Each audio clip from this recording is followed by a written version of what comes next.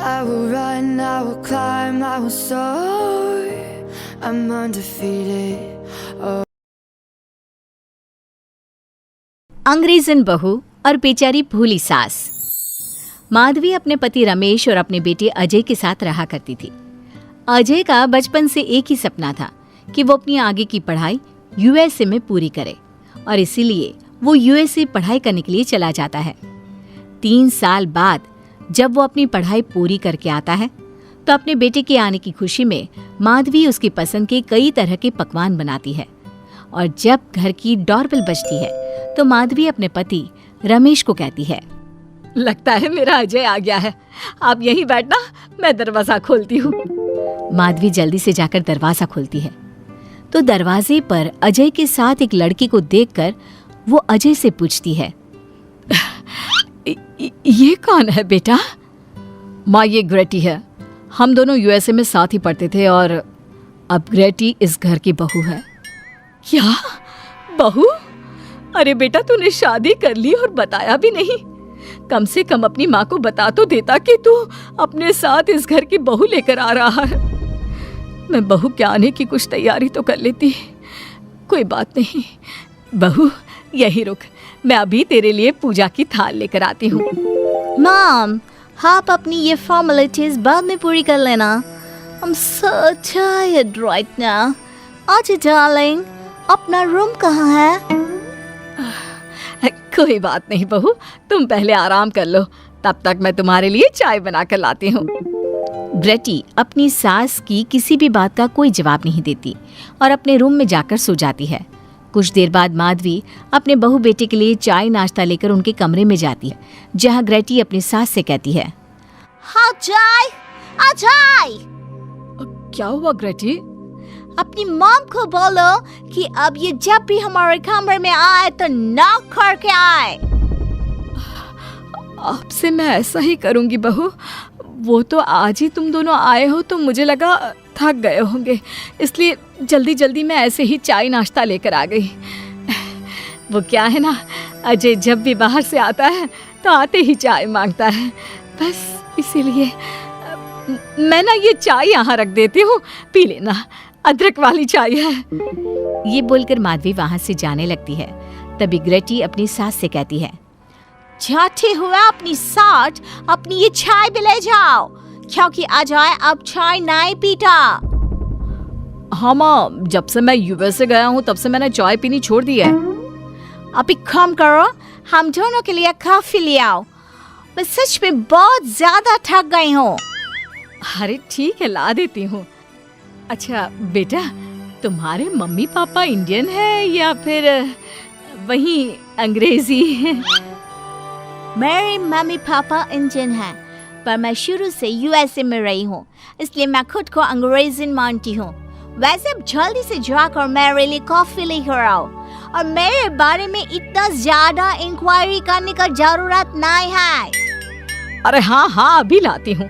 वैसे बहू, मैं तुम्हें ना इंडिया के सारे तौर तरीके सिखा दूंगी। अरे क्या हुआ, तुम्हारी परवरिश अगर यूएसए में हुई है हाँ तो इंडियन ही ना। आपसे ज्ञान नहीं मांगा है, अब कुछ देर के लिए हम दोनों को अकेला छोड़ दो प्लीज, हाथ छोड़ता है।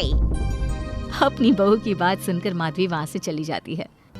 माधवी का उतरा हुआ चेहरा देखकर रमेश माधवी से कहता है, हमने इस नालायक को बाहर पढ़ने के लिए भेजा था और इसने क्या किया, बाहर से अंग्रेजन बहू उठाकर ले आया। माधवी, तुम बहुत भोली हो, पर मैं नहीं, ये लड़की हमारा घर तोड़ देगी, हमसे हमारे अजय को दूर कर देगी। देखा आते ही कैसे रोब झाड़ रही है, जैसे तुम इस घर की नौकरानी हो। तुम उसको बोलो कि तुम इस घर की मालकिन हो और उसकी सास हो, वो वही करे जो तुम कहोगी। अरे आप बेकार में ही गुस्सा हो रहे हैं, बहू यूएसए की है, यहाँ नई नई आई है, उसको यहाँ के तौर तरीके नहीं पता और वो मुझे अपनी माँ मानती है, तभी तो अपने नखरे दिखा रही है। वैसे भी ना बहू बेटी दोनों बराबर ही होती हैं। माधवी, कौन सी बेटी अपनी माँ से ऐसे बात करती है जैसे तुम्हारी बहू कर रही है? मैं बस तुम्हारे कहने पर चुप हूँ, वरना मैं अपने बहू बेटों को आज ही घर से निकाल देता। ये कहकर रमेश वहां से चला जाता है। ऐसे ही कुछ दिन बीत जाते हैं और ग्रेटी अपनी बेचारी भोली भाली सास पर अत्याचार करती रहती है। ग्रेटी अपना सारा काम अपनी सास से करवाती और उसी को भला बुरा सुनाती।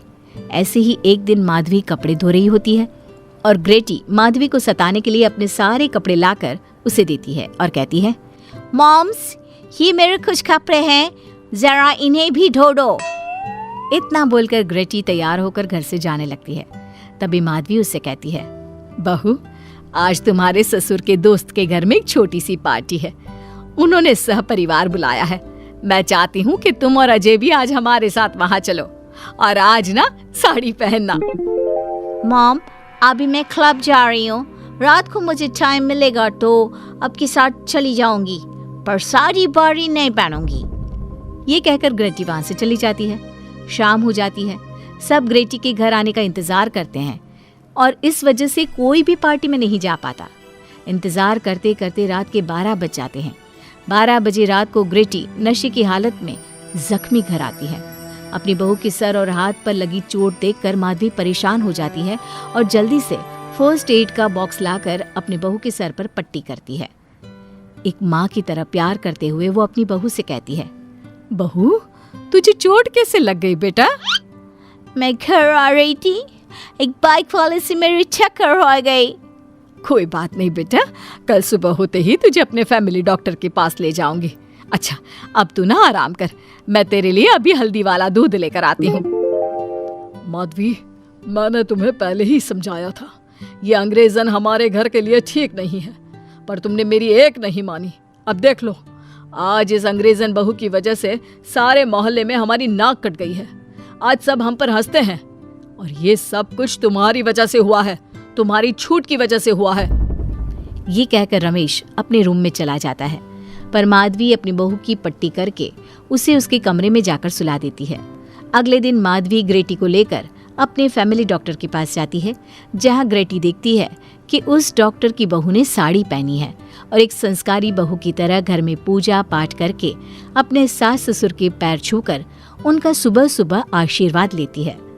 डॉक्टर की बहू को देखकर ग्रेटी को अपना बर्ताव याद आता है और उसे एहसास होता है कि वो अपनी भोली और मासूम सास के ऊपर कितना अत्याचार करती है, पर फिर भी माधवी सबसे लड़कर हमेशा उसका साथ देती है। ये सब देखकर ग्रेटी को पश्चाताप होता है और कुछ देर बाद वो दोनों दवाई लेकर घर आती है। जब माधवी ग्रेटी को दवाई खिलाने के लिए उसके पास जाती है तो, मॉम, मुझे माफ कर दीजिए, मैंने कभी भी आपके प्यार को नहीं समझा, आप पर इतना अत्याचार किया, आपकी बेइज्जती की, आपसे घर का सारा काम करवाया।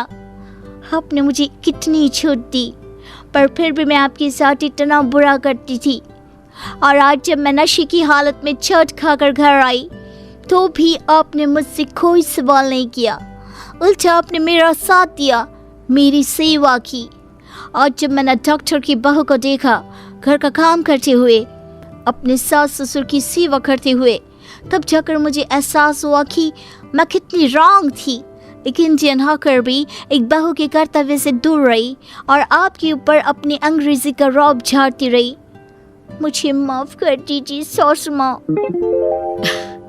बेटा, अक्सर बच्चों से गलतियां हो जाती है। ऐसे भी सुबह का भूला अगर शाम को घर आ जाए तो उसे भूला नहीं कहते बहू। और मुझे बहुत अच्छा लग रहा है ये देखकर कि मेरी अंग्रेजन बहू कितनी समझदार हो गई है। जिसके बाद माधवी और ग्रेटी एक दूसरे को गले लगा लेती है और उसके बाद से ग्रेटी एक संस्कारी बहू की तरह रहती है और अपनी सास को किसी भी शिकायत का मौका नहीं देती। अपनी सास ससुर की बहुत अच्छे से दिल से सेवा करती है।